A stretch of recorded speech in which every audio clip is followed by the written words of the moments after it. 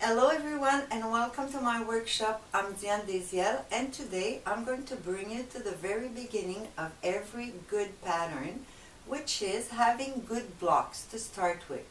I just deposit my own personal block on my Etsy boutique, and in this video I'm going to show you how to put them in art cardboard so you could use them for your pattern project. And also I'm going to explain to you all the characteristics of each one of the 7 pieces. Now let's see what you get into those 4 files. One file, you have the quarter scale sloper with and without the seam allowance. These tiny sloper you could use to do your practice or even to write down your information on pattern making. The document is 8-page letter size. Now in another file you're going to have the same sloper with and without the seam allowance, but this time they're in half scale, so you could use them to practice but also to assemble if you do have the half scale mannequin. This document is going to be 28-page letter size. Now the 2 last files are for the sloper in full size. So one is with the seam allowance, the other one is without the seam allowance. You could pick the one that you used to work with. I did them in a large size paper, 48 inches by 36 inches, because I want you to keep all the accuracy. But if you think about it, it might be the last pattern that you're paying for. Now let's take a look at the paper I use for my pattern. The main one that I use is specially made for pattern making. It's a craft paper, quality DD80. So it's a little cardboard. It comes in big roll of 45 inches wide. I don't know how much exactly long, but I know it costs about $100 Canadian. Now for the video, you see me often using those pieces of cardboard that I get at the dollar store, sometimes even 2 for $1. They're the poster cardboard, so the size is interesting. Maybe not long enough for pant, but for most of bodice and sleeve part, it's perfect. Then for sure you saw me using this colored paper, white on one side and color on the other side. It is simply gift wrap paper. So I did buy a big roll, but sometimes I also use a small roll. It is much cuter than using the white paper they usually sell for pattern, and it's also much cheaper. Now when all your documents are printed, you decide which block you want to do. If you want to do just one set, assemble the page that have to be assembled together to complete the larger piece. Then cut them to separate them all around, keeping an allowance of about 1 centimeter to be able to staple it to your cardboard. After they're all separate, you'll be able to place them onto your cardboard, saving as much as you can, and you're going to staple them 1 or 2 sides before cutting the inside line, so you could staple them really all around. We place the staple outside the piece so you don't have to remove them and you don't damage your sloper piece. Now at this point you're going to have a lot of cutting to do, and I have one advice for you to make nice and soft contour. When you do your cutting, don't finish your movement.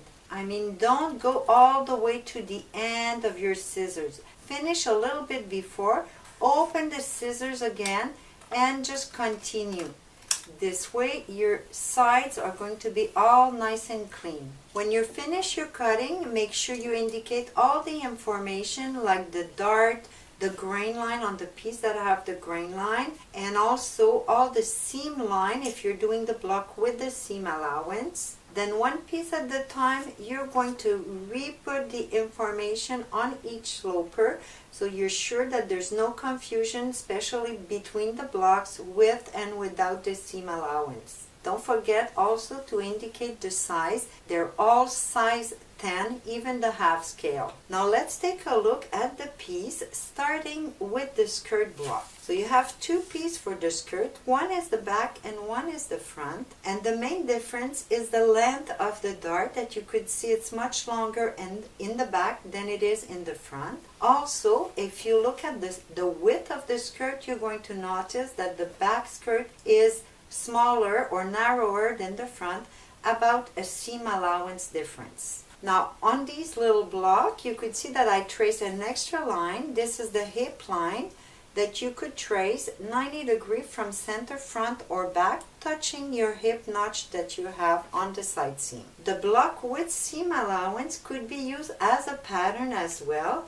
The only thing you need to remember is to put your punch hole inside the dart. Now if we look at the bodice, it should be simple to know which one is the back, which one is the front, just by looking at the double notch that we place in the back armhole. Also, the inside of the block is different. You could see here that for the front, both dart, the waist and the shoulder, they connect to the same pivot point because it is a block. If you want to use the block as a pattern, you will have to move the pivot 2 centimeters up on the center line for the shoulder dart and 2 centimeters down for the waist dart, also on the center line. Now on the back, if you want to use your block as a pattern, you could do it also. Remember just to move the pivot of the dart 2 centimeters down for the dart waist and only 1 centimeter for the shoulder blade dart. Now to go with this bodice, you have the set-in sleeve matching perfectly, and in my construction I keep it to the minimum ease, so it's less than 2 centimeters at the sleeve head, and also you have the reference for the elbow level. The two last pieces will be the pant block, and for these one also it's easy to see the difference because the back has the double notch and also 2 darts in the back because that's where you have the more volume. In the front it's only 1 dart because the volume is much smaller. It's just for the little belly. Also, one characteristic that I have to mention, I don't want you to think that it's a mistake. If you do measure the inseam from the knee to the crotch, you're going to see a difference between the front and the back, and the construction is done like that. In full size, the back part is shorter by about 8 millimeters, and because this line is more biased, when you do your assembling, you're not even going to notice. It's really easy to fit with the front seam, and it's going to give you a much better fit in this area of the pant. On these blocks, you're also going to notice that you have notches at the knee level on both sides of the leg, and you have the hip level on the side seam of both back and front. For these blocks also, if you want to use them as a pattern, remember to move up the pivot at least 1 centimeter before putting your punch hole, another centimeter higher. That's it for today. I hope you enjoy. Make sure to subscribe to my channel and share my video. Thank you for watching, and I see you next time.